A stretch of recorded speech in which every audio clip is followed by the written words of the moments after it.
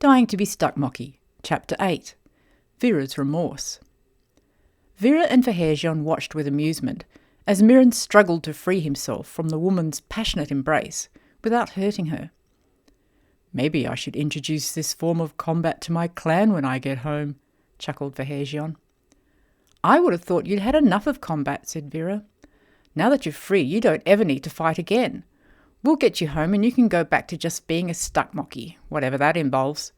Lots of juggling, spitting and cupcakes by the sound of it." Fahyrjeon's eyes glazed over with a faraway look. "Yes," it almost moaned. Then after a moment, shook its head slightly and continued. "But combat, that too is part of life for a Stuckmocky. Not the ignoble kind we are forced to commit in the arena, but a form of combat nevertheless. Stuckmocky Sprog spend a great deal of time training for their first Carsaw, where there are many cupcakes and much juggling." "There's a definite theme to Stuckmocky culture, isn't there?" smiled Vira.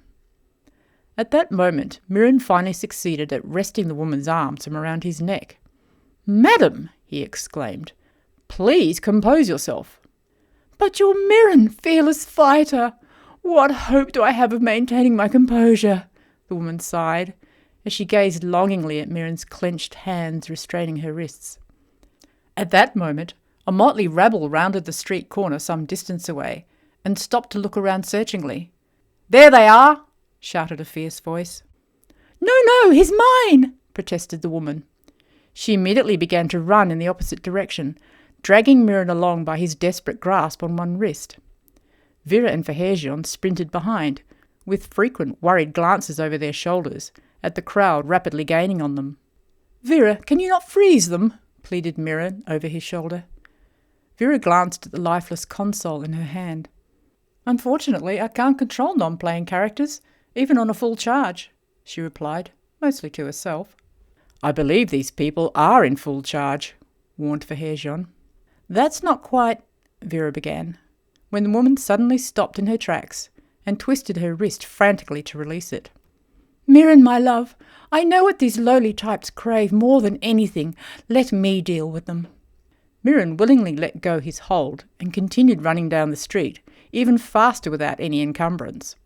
Fahyrjeon wasted no time in scooping a startled Vira into its arms and lumbering in pursuit.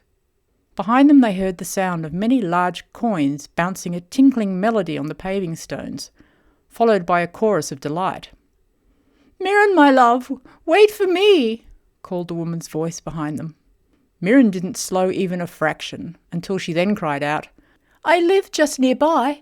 Let me hide you." Mirrin appeared to have second thoughts and halted. He turned to the woman as she caught up and hissed loudly, "Then take us there before these people come to their senses." He glanced at the crowd still scrabbling on the ground, elbowing and shoving each other out of the way in their greed. Their general lack of concern for the injury they were inflicting on each other seemed to fire his urgency. The woman grabbed Mirrin's hand with only a momentary pause to squeal with ecstasy, then darted off down a side street, long robe flapping and gladiator in tow. Vira and Fahyrjeon looked at each other. "I don't think we're invited, but I don't fancy what they'd make of our association with Mirrin," said Vira, indicating the crowd.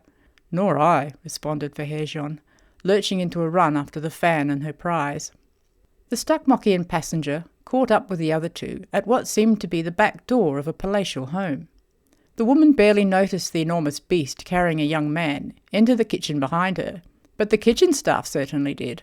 Screams and cries of alarm bounced off the stone walls as Fahyrjeon endeavoured to make its way between the tables, while the servants scrambled for the relative safety of the walls. Emerging into the courtyard beyond the kitchen, Vira saw a garden very reminiscent of the one behind the temple, with an abundance of heavily laden cherry trees.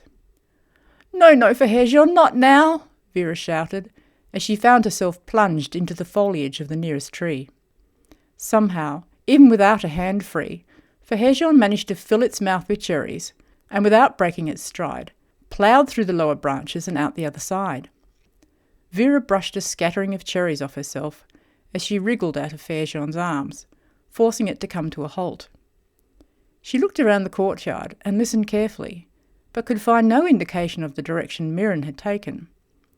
She reached up and grabbed hold of her former belt around Fahyrjeon's neck and used it to steer it away from the trees, through a doorway and into a corridor. "Come on, you go right and I'll go left." When the Stuckmocky looked at her blankly, she helped it out. "We looking for Mirrin?" Fahyrjeon nodded and shuffled off up the passageway. As Vira explored in her direction, she began to hear promising voices coming from a room ahead. She stopped before she reached the open doorway and pressed herself against the wall to avoid being seen. "Madam, what would your husband say if he could see us?" protested Mirren's rather muffled voice. "I'm a widow. He doesn't have a lot to say about my affairs anymore." "Affairs?" squeaked Mirren. "Madam, you must understand, a gladiator isn't free to conduct such liaisons. In fact, they're strictly forbidden. Everything is forbidden except training, eating and training, and a little sleeping, in our very narrow bunks," he hurriedly added. "In fact, I must be getting back immediately. There is much training to be done." "Oh, please stay a little while longer. You can at least do the eating part while you're here, surely," the woman cooed in a childish voice. "Yes, the eating. That would be all right. Much eating," babbled Mirren. There was the sound of a ridiculously girly giggle, and the woman rushed through the doorway before Vira could feign her recent arrival. Luckily, the woman didn't even seem to notice her, and hurried off down the corridor in the opposite direction. Vira peeped around the corner into the room and saw Mirren lying on a sumptuous couch, looking flustered and dishevelled. He started slightly as he detected her entering the room, then sat up urgently when he recognised Vira. "Please, Vira, please, freeze that, he pleaded. "Make her stop." "Oh, I don't think I should waste my magic on perfectly harmless but very lonely widows, do you? Let her feed us first, at least." Vira sat down on the end of Mirren's couch. "I would have thought you'd be enjoying your freedom and an encounter with someone who's as devoted to you as you are." Vira grinned at Mirren, but relented when she saw how distressed he continued to look. "Really, what's the problem?" Mirren clasped his hands in his lap and stared at his feet. "I can no longer pretend I am a gladiator. If I show my face at the ludus, I will be treated as an escaped slave, nothing more.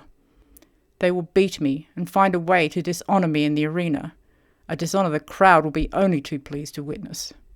And if that humiliation doesn't kill me, I will be executed before them all with a blow to the head." Vira stared speechlessly at Mirren. The weight of responsibility for her interference in his life pushed her shoulders toward the floor. I'm so sorry," she whispered. "I thought I could fix things." She lifted her dead console and stared at it helplessly through a watery distortion in her vision. Out of the corner of her eye, she saw a movement in the doorway, and a pair of large, furry feet entered. The feet shuffled further into the room, across a very expensive-looking carpet, leaving a distinctive trail of cherry crimson footprints. The feet stopped in front of her bowed head, and a cherry stone landed on the carpet with a loud spitting noise. "So, you found him then?" said a deep voice.